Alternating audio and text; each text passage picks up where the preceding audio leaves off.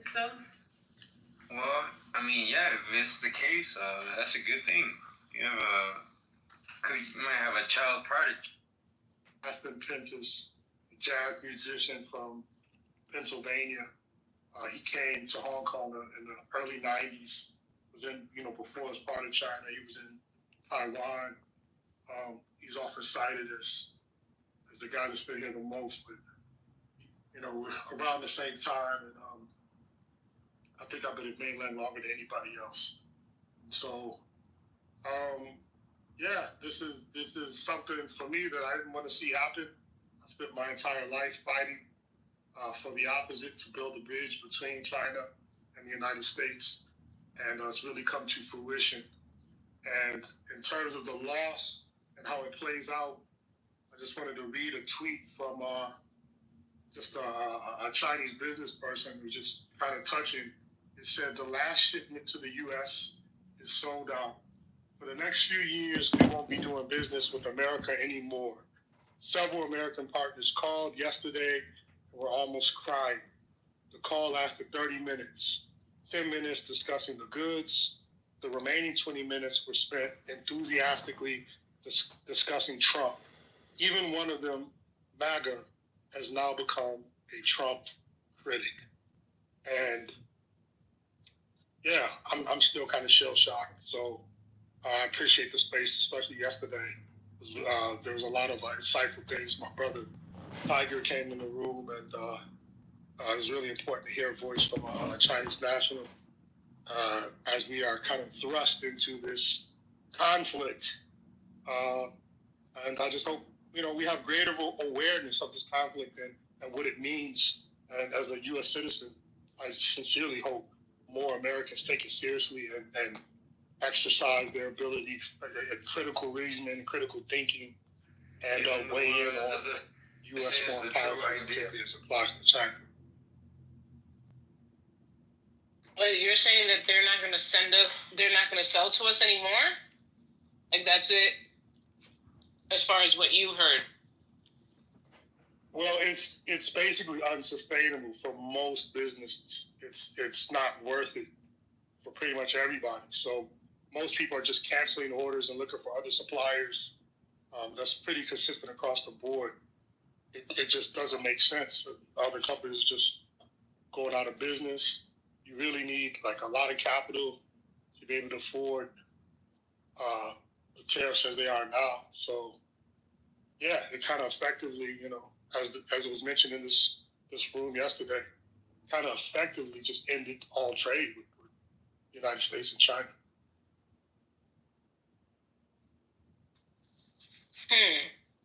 Well, I guess what I would anticipate is China is going to take a super harsh stance. We're going to project a lot of strength and that they don't need America.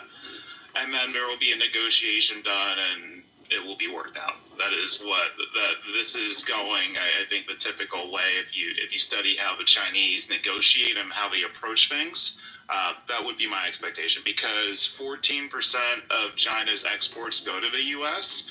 14% is a lot to give up, right? And their next largest export percentage is 7 after Taiwan, which is small, is South Korea and Japan, and those are around 5%. So it's a lot for them to give up.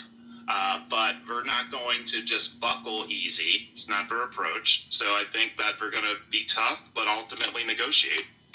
Can they make up that somewhere else? Yep. How can you make up that 14%? I'm sorry, someone else was speaking. Yeah, go ahead, Doctor. Okay. I can tell you. Let Dr. AG. Dr. AG was trying to go. Yeah. All right. Yeah, so my question was, just because they're not sending the 14% to us doesn't mean that 14% can't be distributed across all its other partners and the people who will not be getting stuff from us who might import from China, right? Is that not feasible? Well, the tricky part, though, Dr. AG, is which countries' consumers have the wherewithal in this economic scenario to absorb that 14%. Who's going to do it? I mean, Taiwan is too small. Japan and South Korea. Yeah. No, you're absolutely correct. But if you just look at the global playing field, like who is going to absorb that 14%? Even if you talk about 10 countries, right? Let me tell you. I have a lot of contacts in Europe. My mic is broke, I think. You know, I have a lot of contacts in Europe. It's a little. Are you okay, Dr. AG? Can I speak? No, she's saying that because she's trying to finish. Like, if you could just hold for her, Okay. She wants to have a little bit more time. Okay, so. All right, go ahead. Yeah, CEO, I understand, like, you would have to. So say it one more time, because it was talking and I didn't get it. So you're saying even if you have 10 countries, the distribution wouldn't be sufficient to make up the 14%? Correct. Now, I think what the other gentleman is about to say is he's going to probably make a play for Europe. And feasibly, if the EU comes together and decides they're going to do some major deal with China, that would chip into it meaningfully. It's not going to replace it. We're not going to get to 14%. But if the EU did do some significant deal with them, then that would certainly probably be enough to not make it bleed as bad. All right, let me tell you what's going on in Europe. Okay, we live in Burkina Faso, but we have a home in Portugal, and here in Burkina, I'm in regular contact with all the diplomats from the different countries, and we're pretty close to the European countries. And let me tell you where These guys are fucking ambassador. Europe is. They are angry. They are pissed off, okay? Projection. And they don't want to negotiate. The negotiation was already given by the head of the EU, who said, if you want to negotiate, here's the deal. You zero out your tariff stats, and we will zero out ours to you. It's a 0 to 0. That's the negotiation. Otherwise, we are going to retaliate. That's what she said. Now, this is important because this isn't Germany making phone calls to Trump or Italy. This is 20. I think it's 27 countries that are making a deal as a single unit. That's what the European Union is. It's like it is already. When they make a decision, they make a decision for the collective 27 countries. So that's powerful. You have to consider that as one thing. Now, will it be able to completely replace one-on-one the U.S.? Maybe, maybe not. But the fact of the matter is that there will be a full-on boycott of all American products and services starting the day that they have to pay tariffs. And having that many people boycotting America is going to be a huge burden on our economy, and they have already gone to China, and the idea may I interject? The United Can I interject so we can go back and forth for a second? I just want to just insert one thing. Okay, so yeah, I mean, I'm on board with everything you said, but I think the tricky part is that, like, we're not going to give up that European chip, right? If the play here is to isolate China, then the last thing you want to do is make it easy for them to cut a deal with Europe. So when all is said and done, what I would expect is Trump is going to fold on Europe, right? He ultimately is. That's the place he's going to be willing to concede the most because they are our ally. So he would rather take an L with Europe than let China win with Europe. Whenever you guys get a minute, I want to jump in on that too. Well, while I'm here, just really quick, the assumption that you're making, though, CEO, is like it's like if you break up with your girlfriend and do a bunch of dumb stuff and hurt her feelings, and then just say, well, I can get back with her whenever. So Trump, not just with the negotiations, obviously how he's treated Europe with these tariffs, how he's treated our allies with everything he's been doing, how he handled Zelensky during this debacle, preferring Russia, how he's handled and disrespected NATO and the agreement. I don't think it's an easy situation like you're saying it, where he can just waltz back in and Europe just says, okay, let's play with Trump now because he wants to play. I think there's a detriment that at least has to be considered, and how all of this stuff plays out. One more point, and I'll give it back to you guys. Apple, for example, said there, instead of dealing with the tariffs, Apple even said that they're going to source more iPhones from India. So there's a whole lot of things that could happen so that we can't remove the possibility of them being able to sit on that 14% loss from China. It's a big freaking deal. And for no reason, like somebody said earlier, a forced error that did not have to happen. And here we are. Yeah, no, I agree with that. But you know what? You have to take into consideration that Europe has no intention of negotiating with Trump. They feel that he's a liar. They feel that he's a cheater. They feel that every treaty that they've ever had with him, he's broken. It's not worth talking to him. They want to isolate him, and they will not negotiate with him. They are going to replace whatever they can with China, and they will align with China. And this has been the best thing for China, believe me. And they're waiting. What they tell me is they think that Trump is so incompetent that they're certain that they'll be defeated in the next election, and that he'll bring down the House and the Senate with him. And so they can wait it out for 3 years but they are not going to deal with him. They're going to ignore him. He can rattle his ass as much as he wants. He's in a very weak position with no leverage. Yeah, I mean, so I'll bet you $1 on this, only because Europe ultimately does not want to create the Chinese world order, right? And like, if they make this move, then they basically are ceding the playing field to China. And what China's influence will be over the world, China will be the dominant player for the 21st century.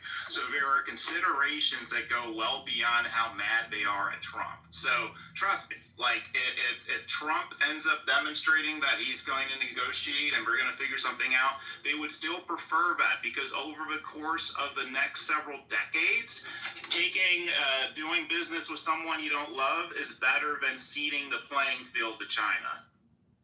Well, you know what? China like works, on the long tail. They think 10 years, 20 years down the line. They actually, even if you dislike them, you have to say that they're consistent and that they're stable. And that's what governments and companies want. They want stability and predictability. Now, are they going to be like the best buddies with China? No. There will be alternative treaties similar to the TPP that for the Pacific countries. Which, at the end of the day, that was the one that was going to help restrict China. And Trump threw it out the first day he came into office. So no, they're not going to cede it to China completely. Temporarily for the next 3 years until Trump is gone, they are going to be cooperating with China, and they will, for that short period of time, for the 3 years, they will at least be codependent with each other. As cooperative partners to make stuff go without blowing up the world economy. Then there's a political price for Europe to do that, right? The political price is that it would end up making Americans more frustrated with Europe, and it would be more likely that a Vance would win. So, does Europe want to play into the narrative and allow that to happen? That's what they're putting. Well, I can tell you as a Democrat, if Europe did that, I would support Europe. Everybody I know would support Europe. So I disagree with your assumption. Well, I'm not saying I'm talking about existing Trump voters in terms of how they would see it. I'm not talking about Democrats. Let me just finish one last thing. With Trump destroying the economy, with Trump making people lose their jobs, that group of people that support Trump will dwindle from the 40% that it is now down to the 20%. So no, the future of Trump and MAGAism is minority to become a smaller and smaller minority. You know who's bigger? The most powerful is China and Russia. 1 second, because China and Russia have become more powerful. Dr. AG is trying to speak. Let Dr. He did ask if he could get in before she started to speak, but go ahead, Doc. So let me go real quick because I gotta or the political antipathy or suspicion or whatever you want to name it towards China is shared by other countries, particularly. I'm not sure the relationship that they have, Europeans have, because I mean, when I lived there, there was such a European presence there. Like in the universities, they have a lot of universities that collaborate with Germany specifically, but other European countries. So I don't know that the Europeans would necessarily collectively have the same attitudes toward China as the U.S. I just want to say only 4% of Europeans consider China an ally. I mean, that's even lower than here. So Europeans are highly skeptical of China. That's historical, but I No, think that's 2025. That's a survey this year. I understand, but this year hasn't really gone that far. It's only been a couple of months or whatever you survey you reading. It's still recent, right? So my point is that one thing, Trump just got in office in January in 2025, just FYI. But the point I was making is Trump's policies thus far have done one thing that I don't think anybody in this room or anywhere else can refute. It's made Russia and China more powerful and have more leverage than they've had in years. Trump benefits Russia and he benefits China in a big way, period. I'll agree with that. I'll agree with that. Conversation, especially when talking about Europe,